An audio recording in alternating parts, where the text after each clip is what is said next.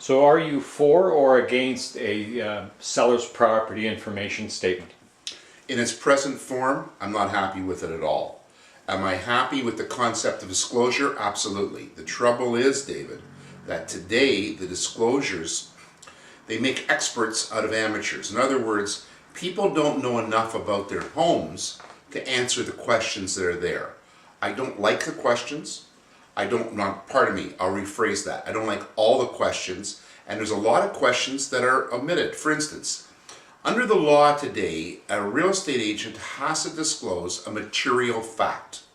The argument becomes, what's a material fact? One thing that's not on the form is, was the house ever used for notorious means, such as, was it a grow-up, was it a crack house, had there been a murder, how about suicide? Now, we don't have that addressed properly. Or are you next door to a chapter of the Hells Angels? I'm aware of an instance where there was a lawsuit because the agent ought to have known about the history of the property. Well, let me go into a little bit about history about lawsuits. As it stands today, I've testified in between 500 and 600 trials in the province of Ontario, all in real estate cases. I got my big experience in the 80s doing urea formaldehyde when people were swearing they didn't have UFI in their houses. And in turn, we sometimes found, I would dig through records and find that people appealed their assessment 2 years earlier because they did have UFI. People lied. As a matter of fact, the first fraud conviction was a case I was involved in with the police department. From there, I got involved in stigma. A lot of real estate stigma, hidden defects, and what have you. A large percentage of them include agency, real estate agents. Now, the question becomes, does a real estate agent knock on a door next door to the neighbor and say, do you know if there was ever a grow-up here? Do you know if? Do they go 3 doors over, 4 doors over? Do they canvass the neighborhoods? Where does it stop? What are the questions that should be on the SPIS? If I had my choice, there would only be 3 questions with a potential of maybe a 4th.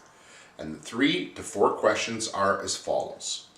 Question for sellers. Question number 1. As a buyer, is there anything in your home that you are aware of that could negatively impact my buying decision? 2. Question 2, almost the same. Is there anything on the surface or below the surface of your land, of your site, that could negatively impact my buying decision?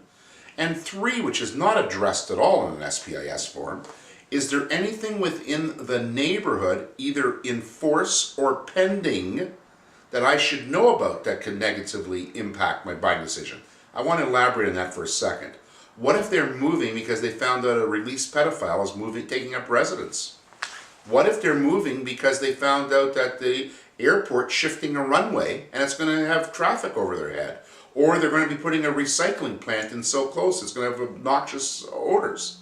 The last question that someone said, when I told them this, they brought it to my attention, is there anything about your house that would negate getting a mortgage or insurance?